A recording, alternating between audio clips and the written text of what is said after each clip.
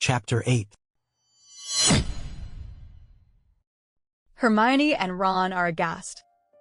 "You cannot break up with Ginny 2 days before Christmas," Hermione says angrily, putting a mug in front of Harry and sloshing tea over the coffee table. "What were you thinking?" Ron adds. "Mum's going to completely lose it. She's already knitted matching Christmas jumpers. And she told me she's expecting you to announce the wedding date." Hermione snaps. "Oh, come on," Harry protests. "We've been engaged for 3 years now, and dating for 7. "That's the whole point," Molly said. "What better time than your 7-year anniversary? 7 is considered a very lucky number among wizards and witches, Harry." Molly has her heart set on another wedding. She's already designing invitations. "Oh, no," Ron says with horror. "Mum's at the stage where she's designing invitations?" "It gets worse," Hermione says ominously. "I caught her making a list of possible grandchild names." Ron slowly sinks into an overstuffed armchair, clutching his glass of fire whiskey. "Harry," he says, "we shared many adventures, and while our friendship was tested at times, I treasure the time we spent together. You were a terrific bloke and will be sadly missed by many." "It's not that bad," Harry says. "I mean, Ginny's not devastated or anything. It was really quite mutual." "Doesn't matter. Mum's got visions of weddings and grandchildren." Ron takes a swig of his fire whiskey. "I know a bloke up Norfolk way does fake passports quite cheap. I'll give you his details." Harry looks at Hermione. "Would you listen to him?" "Merlin, can you tell him it's not that bad?" Hermione sips her butterbeer and says nothing. Asterisk, asterisk, asterisk.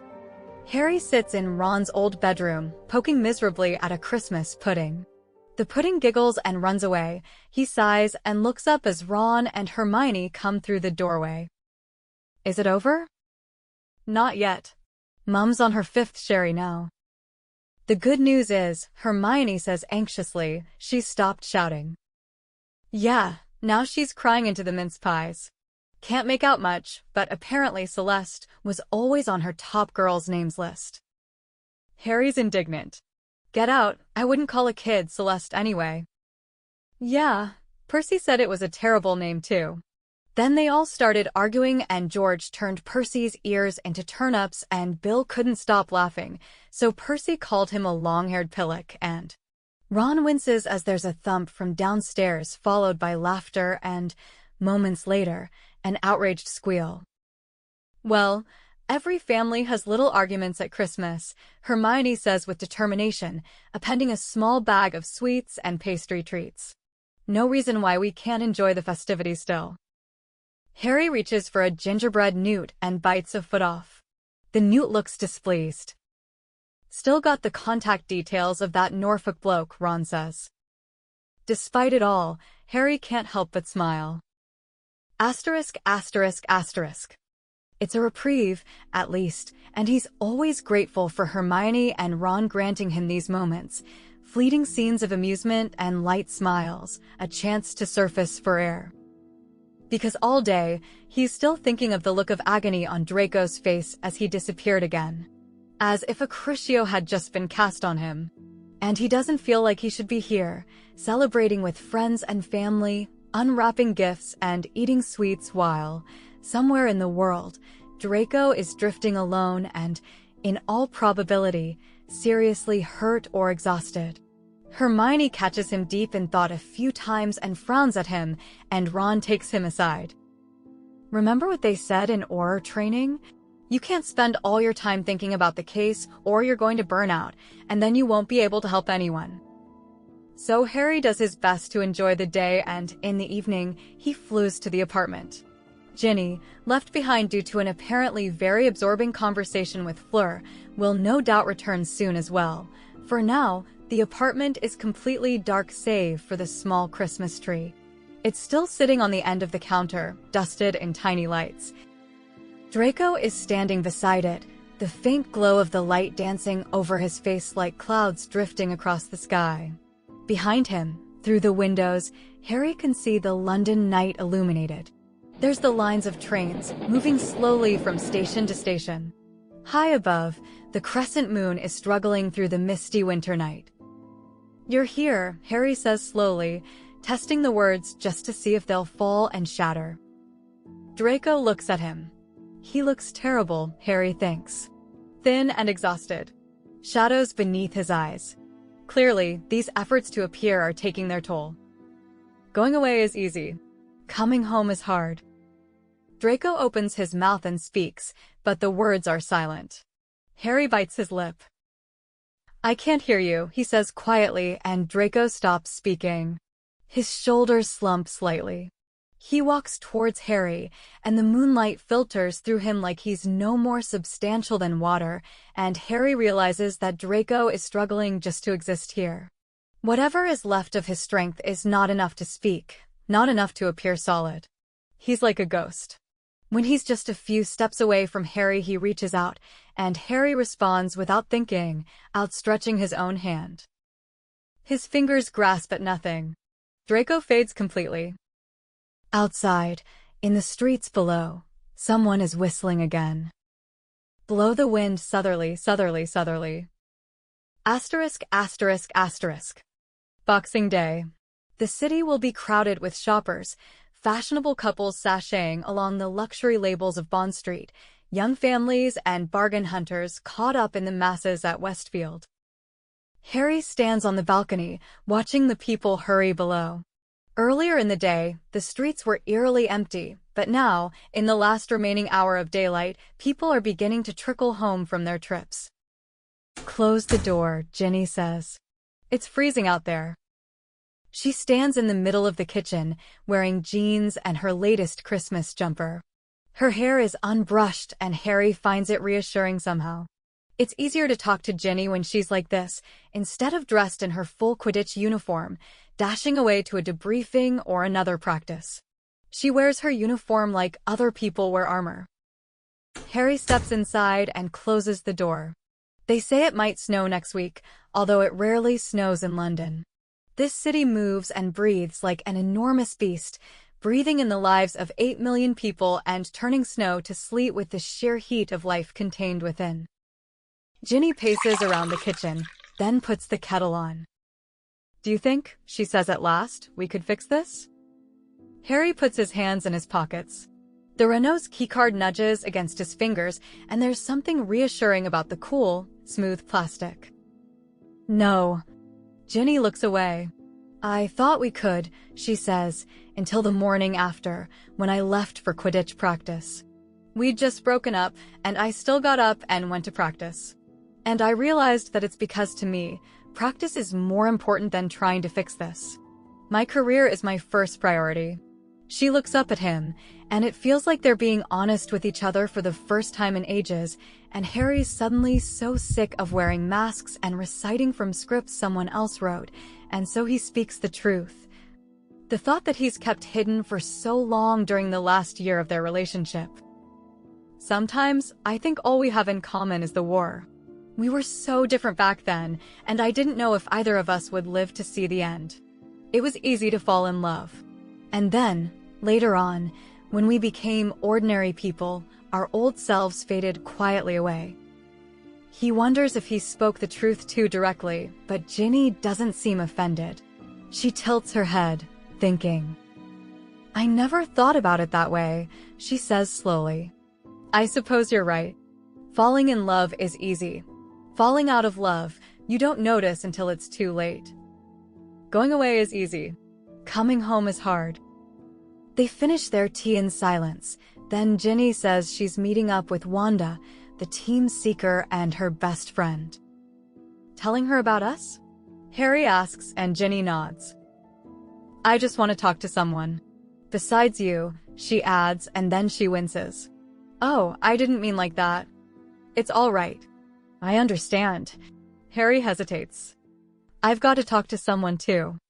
I won't be back until tomorrow." "All right. Tell Ron and Hermione I said hello." Ginny pauses, then turns and leaves. Harry stands alone in the apartment for a long moment, then departs too. Asterisk, asterisk, asterisk. When Harry was very small, he used to think cars were like spaceships and they could take him anywhere. He would race along the Milky Way, slip along the curve of the moon, run along the exploding stars, and come to rest among the cold, glittering nebulas.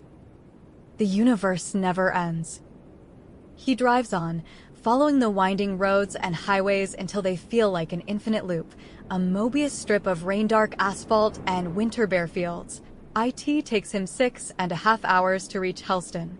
He stops in Launceston to buy fuel and ends up spending an hour poring over the maps and glove box. There's 1,000 journeys marked along the pages, and he wonders if Draco took all the trips so carefully traced along the maps. The flat, pastoral farmland soon gives way to deep valleys and rising cliffs as he nears the coastline. The air becomes cool and crisp, a promise of the chilly ocean, and he turns the heating up. He goes through Helston to the small parish of Llandywednac. It proves to be a collection of stone cottages and a small church with a kissing gate. The roads are deserted. It's 2 o'clock in the morning, and he imagines the villagers are all sleeping in their warm homes, fires burning low in the grates. He follows the signs until he's slowly crawling along a narrow road toward the Lizard Lighthouse. He can hear the distant rush of waves, breaking in a ceaseless rhythm against the cliffs. Harry parks the car and pauses for a moment.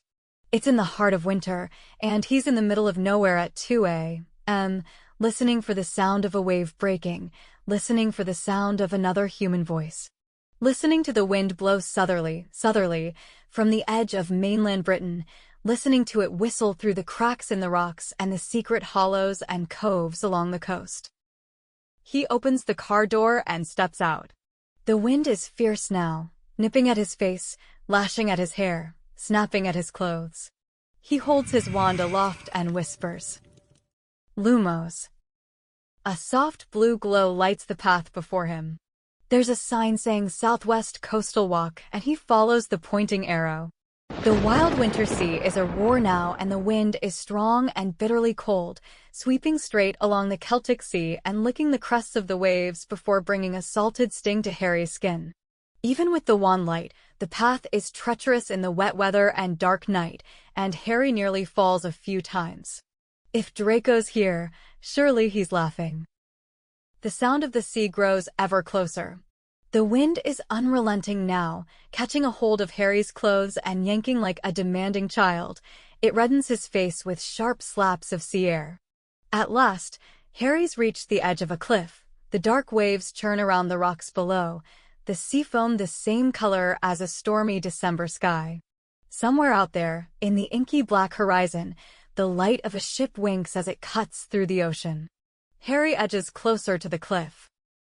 He looks up. It's a half moon tonight. The same lunar phase as when he first dreamed of the Cornish coast. It's a long walk back to the car alone, and a longer drive back to London, but Harry thinks he could get used to long trips. Asterisk. New Year's comes and goes. Harry moves out of the apartment on the 2nd of January. Hermione and Ron set up the guest room in their home. He solves one of his cases on the 5th of January when he tracks the missing man to eastern France, where the man has a new life and, unfortunately for his distraught wife in England, a new family. But he's always elsewhere. His mind is ghosting along highways and winding roads. It's drifting around corners and hearing the roar of the sea and the song of winter's chill. He wakes at 3 a.m. every night, dreaming of crumbling cliffs and a voice crying out. He sits in the Renault Megane and stares at nothing for hours. Are we getting closer, or just getting lost? Lucius Malfoy. Those had been Draco's words to Harry, the last time they spoke. My father. In incepto finis est. Harry flips through the file, stares at those 2 words he wrote so casually 7 months ago. Like circles. He needs a memory from Narcissa, he knows it. He's been patient, but she's not telling. How do you extract a memory from someone who doesn't want to give it? He straightens up. No, it would never work. Well, it worked once before. Asterisk. When Harry arrives home from work, he makes a beeline for the guest room and dumps his cloak there, then returns and sits at the dining table, looking at Hermione. She's enjoying a cup of tea and seems deeply absorbed in a book, but when she notices him there, she slowly looks up. "Oh, no," she says warningly. "You want something? Possibly illegal, certainly difficult, and definitely dangerous. Wouldn't happen to know any good potion brewers, would you?" Hermione shuts her book and levels him with a look. Good potion brewers or shady potion brewers? Good. Really good. Good enough to brew, for example, Veritaserum? Course not, I'm not a barbarian, Harry says. I was thinking, good enough to brew Felix Felicis. Hermione's gaze softens. Well, at least it's legal, she says, returning to her book. Ron wanted to know if I knew anything about Essence of Insanity last week. Well, really? So, can you get it? I might. It will cost you, though. How much? If you take out a second mortgage, you should be all right. Hermione glances up and catches Harry's expression. That was a joke, Harry. It is very dear, though. Just let me know when you find a potioneer, and I'll do the rest. Is this for work? Hermione asks after a long moment. Harry, you know the potion doesn't work like that. It doesn't miraculously give you all the answers, it just offers paths to the best possible outcome. And the side effects can be very dangerous. I know. Harry looks away. Hermione sighs. It's a desperate last resort, Harry. I know, he repeats. There might be a high price. But whatever the price, he thinks, it'll be worth it. Asterisk, asterisk, asterisk. He owls Narcissa. A date is set. She thinks he's doing a routine visit just to assure her the case is still being actively managed. Wednesday, the 14th of January. It's been 3 weeks now since Harry last saw Draco. Standing in the apartment, looking little more than a fading ghost. Will he ever come back? Harry drinks the Felix Felicis an hour before he leaves. 12 hours of liquid luck. He has to pause a moment to let the feeling of carefree euphoria wash over him as he downs the potion. Then he heads towards the front door, planning to disapparate once he's outside the door, but somehow he just keeps walking. To the Renault Megane. It will take 2 hours to drive to the manor, but Harry doesn't feel particularly concerned about this. He'll just be 2 hours late, that's all. The Renault is recovering very well from its 3-year abandonment, and the engine purrs smoothly when Harry starts the car. He pauses for a moment, then reaches for the maps kept in the glove box. Why not take a scenic route to Wiltshire? He'll be 2 hours late anyway. What's another hour matter? Draco has drawn a line along the coastal roads. Draco likes the coast, Harry thinks. Liminal places. People are drawn to those sorts of areas, where lines are blurred and dualities are drawn. Land and water, but not quite both, not quite either. He places his hands on the steering wheel, one hand on each of the faintly worn patches where Draco so often rested his own hands, and drives. Asterisk, asterisk, asterisk. He arrives at the manor just as the sun is setting. An anxious-looking house elf answers the door and stares at him. I have a meeting with Narcissa, Harry says pleasantly, tapping the Renault's keycard against his palm. Please be waiting in the reception hall, the house elf says, bowing hurriedly. I will be fetching mistress, yes. The elf backs away, then scurries up the sweeping staircase. Harry, left to his own devices in the reception hall, wonders if anyone has ever been hours late to an appointment with a Malfoy. Normally, he'd sit uncomfortably on the antique chaise nearby, but this time he unconcernedly wanders about the hall. There's a row of framed photographs of the Malfoy family on the hall table, and he scrutinizes them closely. In the first view, a young Draco is smiling proudly between his parents. As Draco ages, however, the smile slowly disappears, and the distance between all 3 Malfoys lengthens until the very last photo. Taken just before Lucius disappeared, Harry would wager. Lucius is standing on the far left of the photograph. Draco is standing on the far right. Narcissa is between them, looking helplessly from one to the other. As Harry watches them, Lucius glances at Draco and reaches towards him. Draco gives him a look of cold anger and edges farther away until he's nearly disappeared entirely from the picture. Footsteps on the stairs. Harry glances up. Narcissa walks towards him, one hand trailing along the banister. "You're late," she observes. "Sorry. I decided to drive here instead." "I saw." Narcissa descends the rest of the stairs and stands on the last step, one hand still resting on the banister and the other rising to touch at her necklace. "When I saw the car, I thought, for a moment, Draco was coming home." "I'm sorry." Narcissa shakes her head. "Foolish thoughts. I took a scenic route through Portsmouth. It's nice, driving the coast this time of year. Not much traffic." Narcissa looks at him for a long moment, then glances away. "Perhaps," she says slowly, "that's why I allowed you to have the car." "Why?" She inclines her head slightly, towards the drawing room. Harry wonders if the motion is conscious or not. "You remind me of him." "Strange, isn't it?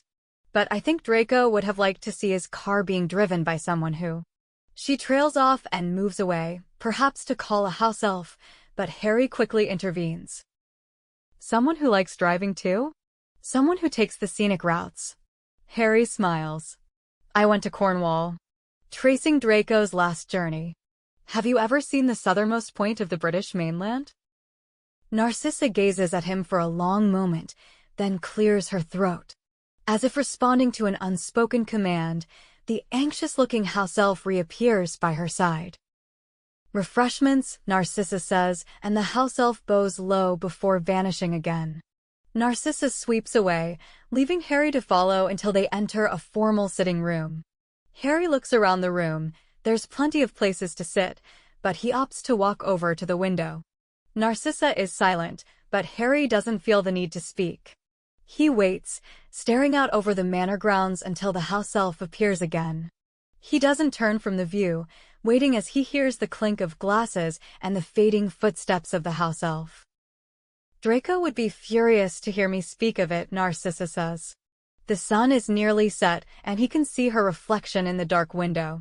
She's looking at him with an expression of sadness, and he thinks that if she knew he could see her expression, she would quickly hide it. "But there is something about you that I see in him too." "I don't think Draco would feel angry about the comparison," Harry says, and surprise flits over Narcissa's face. "Perhaps," she allows. She walks to the tray of glassware and picks up a highball tumbler, filled with some sort of clear beverage and garnished with lime. "Gin and tonic," Harry thinks. "In incepto finus est," he says, and Narcissa starts. "I know of a saying similar to that." I open at the close. He shoves his hands in his pockets, studying Narcissa's reflection in the window. The stars are coming out now, cold and white against the dark January sky. I remember that night, the night of the battle. I walked to my death, but I wasn't alone. I remember the spirit of my mother walking alongside me. He turns around, leaning his back against the cold glass of the window. "Do you think Draco ever felt he walked alone?" Narcissa turns away from him. "You have no right to ask these questions," she says in a low voice, but Harry can hear the tremor beneath her words and knows he's struck a nerve. "I did my best for Draco." "And what about Lucius?" Harry remembers the photographs downstairs.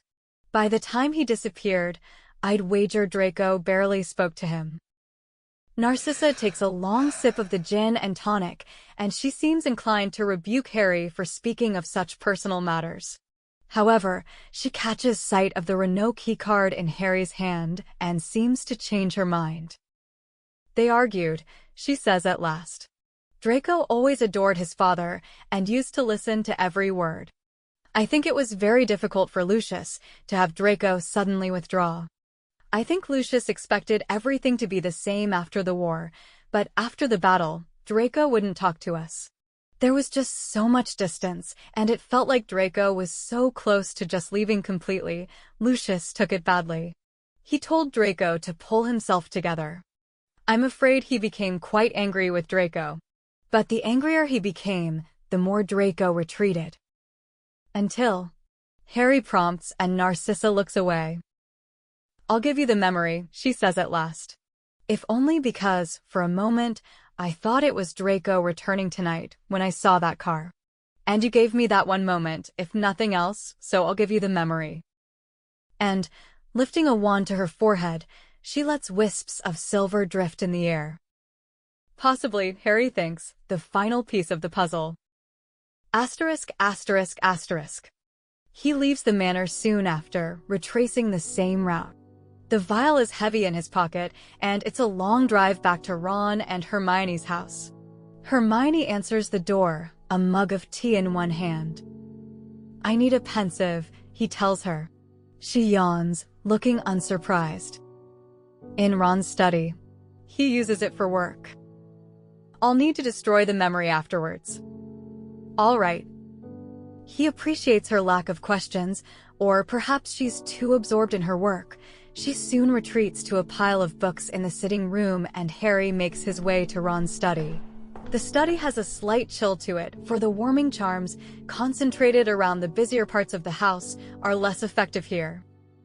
Within moments, he's immersed in the memory. The first thing he hears is Draco's voice, raised and angry. "I won't do it, I will not run away."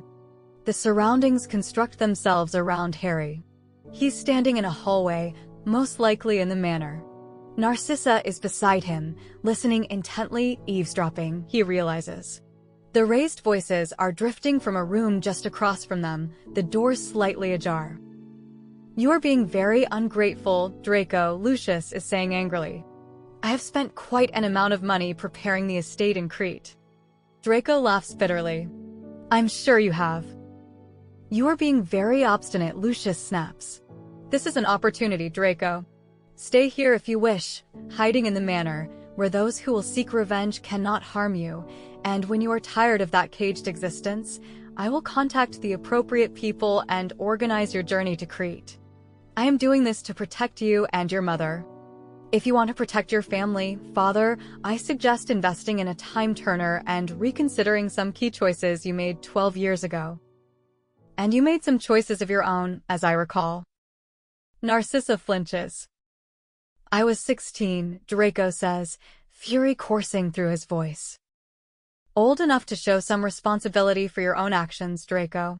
Your decision to accept the dark mark was yours alone, as I recall. Your mother advised against it, and I did not comment on the matter." There's a long silence. Then Lucius speaks again, sounding impatient. "And now you're sulking again, I see. I've had enough of this childish behavior. Tomorrow I leave for Crete. You and your mother will stay here for 3 months, until the ministry's attention has since moved on, and then you will receive communication from a reliable contact and you will travel to Crete." There's another long silence. Harry, desperately wanting to see Draco's face, moves closer to the door and peers into the room. But as Narcissa herself never witnessed the scene, the room is nothing but a beige-colored blur. The day the war ended, Draco says at last, "I promised myself I would never take orders from anyone again." And then the door is swinging open and Draco strides straight through Harry as if he's a ghost. Harry stumbles back automatically, then watches as Draco disappears down the hallway. He nearly forgets that the memory belongs to Narcissa, but then Narcissa is stepping through the doorway and staring at Lucius. The room sharpens into view, a study with an oak desk in one corner and 2 armchairs by a marble fireplace. "You should not have spoken to him like that," Narcissa says. Harry can't tell whether she's sad or angry. Lucius looks a lot older than Harry remembers. His face is more lined, and he looks tired. "I'm doing this for you and him, Narcissa. Draco may be angry now, but he will thank me when he's older." He is older. "Our son is 22 years old, Lucius. Not some disobedient child to be lectured and sent away." Lucius sinks into one of the armchairs.